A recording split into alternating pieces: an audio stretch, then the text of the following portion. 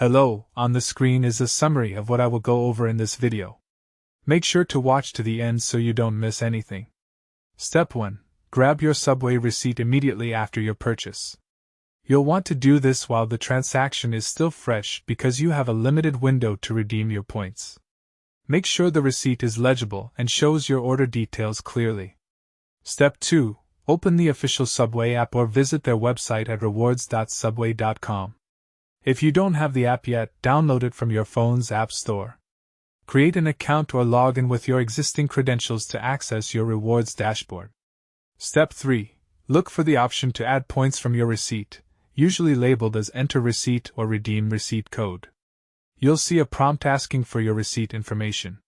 Some receipts have a code printed on them that you can scan or type in.